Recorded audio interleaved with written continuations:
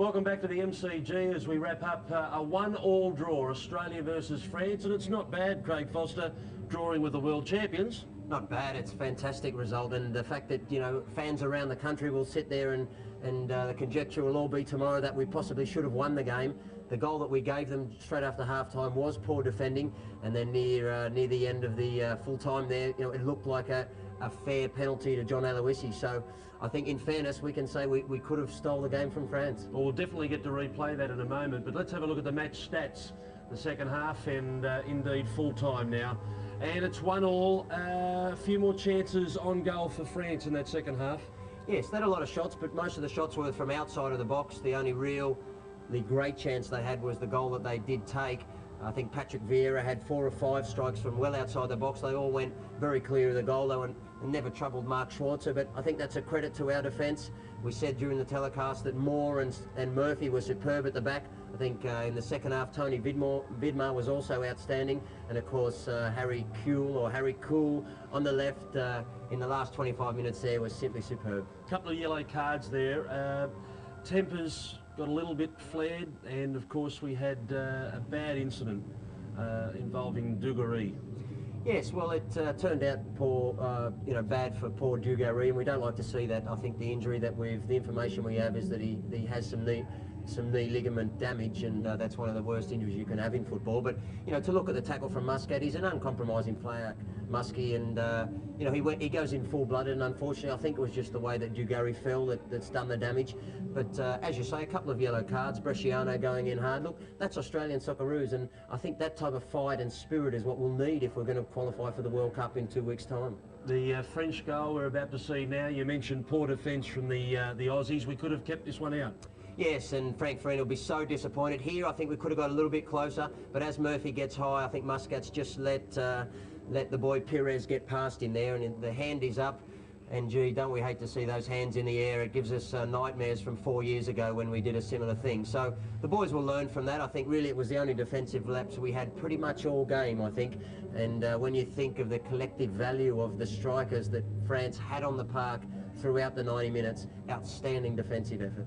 Yeah, all right, let's have a look at an Australian chance now. Here's Craig Moore yet again. A goal in the first half and another chance. Yes, well, he was one of our most outstanding players, and again in the box he has shown. He scored against Hungary last year, of course, with a header very similar to what he scored in the first half tonight in the 3-0 away win last year. So he certainly does have an eye for goal, and well, it's fantastic for Frank Farina when you've got Murphy and Moore at the back and they both pop up with goals. We mentioned at the start of the show to watch out for Patrick Vieira, and he was ever so close.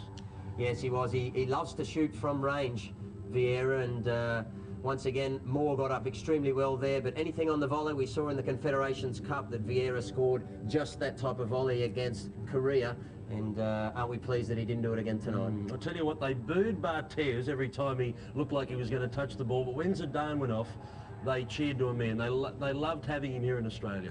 Yes, well, I think the commentator said it correctly when he said we all say thank you for coming out to Australia. And you know, when you think the guy is the highest paid player in the world, they bought him for 130 million. He's insured for 95 million, twice World Footballer of the Year.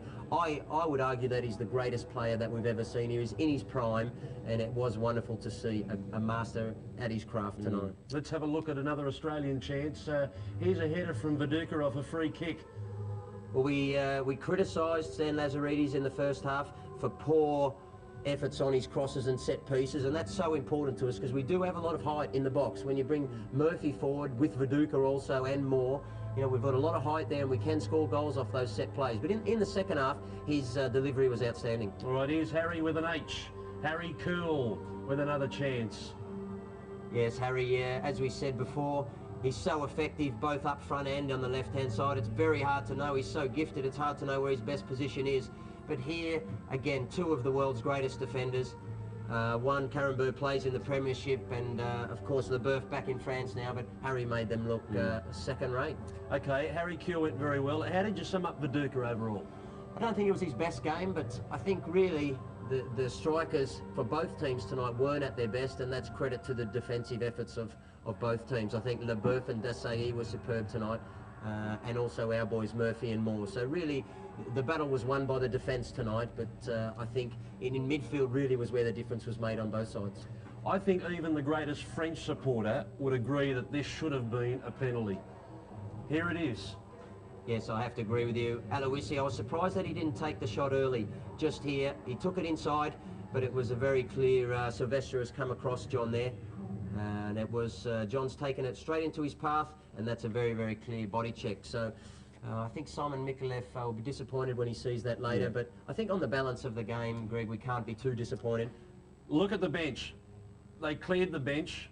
Graham Arnold, Frank Farina, not happy at all. And the second angle we just showed you, it shows clearly. Yes, it does. It was a clear penalty, and I think what the bench does there, it sends a message to us, to Australian soccer fans and sporting fans, that we now expect our Socceroo team to come out, and we expect them to not only put on a great show against the world champions, but to even steal the points at the end. And that really is the greatest credit to this side. Yeah. Do you think widely we'd be recognised now? I think so. There's no question that the world was watching tonight and saying, well, maybe it was a fluke in the Confederations Cup. Certainly France complained they didn't have their best side out on that night. Today they've brought the big guns. They're only missing probably 2 players. Henri, one of them, and certainly he's a great player, but their side tonight would have taken on and beaten any international team in the world. We've held them and we could have stolen it at the end. Great performance. All right, by the middle of next week we'll know who we're playing, the 5th place South American side. During the week there were a number of games, and Ecuador and Uruguay we're going to have a look at here. Look at the crowd, it's unbelievable. Ecuador and Uruguay at Quito, 1-1 the end score. Yes, well, Ecuador have really been the surprise package. Of course, they've gone through now, so Uruguay is the one that, you know, the Australian commentators have been saying for some time that it's most likely. Frank Farina's made no secret of the fact that he would prefer to have them. He doesn't want to go to the altitude in Colombia. And of course, you know, this week is monumental for this country and for Australian soccer, because there's 3 games and 3 sides, Colombia, Brazil and Uruguay, who all still could be our opponents in just 9 days' time. Well, the crowd going wild. They love their soccer, and down goes the goalie. Yes. Can't believe it. Very theatrical, and no doubt that's the theatrics that we'll see here in only 9 days' time back here at the MCG. Okay, Bolivia and Brazil. Bolivia 3-1. Incredible. How could it happen? Well, you know, we've been saying for some time that Brazil are really at their lowest ebb for many, many years. Bolivia showing here, you know, that they are beatable. We know that their last 6 months for Brazil has been probably their worst results in close to their history of football. So if you're ever going to have them in World Cup qualifiers, now's probably the time, Greg. All right, so if we're that worried about playing Brazil, why not meet them now when we look like we could beat them? I mean, our form is obviously better than theirs. Well, I agree with that. I don't think I think now our team they've said publicly and they've shown tonight that they fear no one. We have taken on and beaten the best in the world. They've beaten France and Brazil at the Confederations Cup, and again tonight they've put on a wonderful showing. So as far as we're concerned, bring on anyone from that group. Yeah. The pitch held up pretty well tonight. We had a lot of rain here in Melbourne. It was raining around lunchtime, then it went away, and just prior to the match, maybe an hour before, we got another heavy downpour. Towards the end of the match, it looked like they were kicking up a fair bit of water, but the pitch remained spot on, didn't it? Pitch was in great condition, and we're so hospitable here in Australia that, you know, we bring the French over, we give them a wonderful pitch to play on, look after them, and we also turn on a bit of European weather for them, so they wouldn't be complaining. And both teams played some very, very fine football on that pitch. All right, whoever it is, they'll be playing here at the MCG, the South American side that finishes 5th. Let's have a look at the competition table. Argentina, Paraguay, Ecuador, all clear. They're through to the World Cup. Argentina, Paraguay and Ecuador. Now, Brazil, Uruguay and Colombia, they're trying to sort out 4th and 5th spots. So 2 spots, 3 teams, 3 doesn't go into 2. That's exactly right, and again we talk about the teams there. Frank has said that he would prefer Uruguay, but he has done scouting missions on all of those sides, and no doubt the games that they have in only a few days' time, he will have scouts at all of them. He's got to keep his options open, and we know, but certainly we don't want to go to altitude at Colombia, so Brazil or Uruguay, bring them on. All right, we've got plenty coming up on C7. We've got Soccer Central tomorrow night, 8:30 p.m. on C7 Sports. So stay with us for that. Wrap up of tonight's game and all the NSL action, of course. That's Monday, 8:30. Marconi Stallions take on Newcastle United. Marconi Stadium live on C7 at 7 p.m. That's coming up next Saturday. And on Sunday, South Melbourne versus Parramatta Power at Bob Janes Stadium. Replay 7:30 on C7 Sport.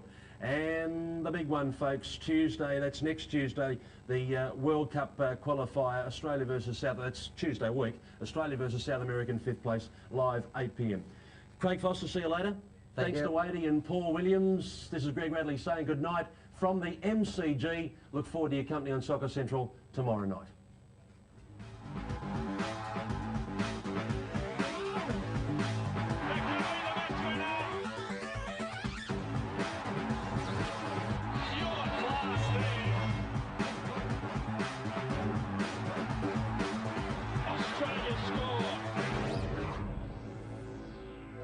This has been a C7 Sport production.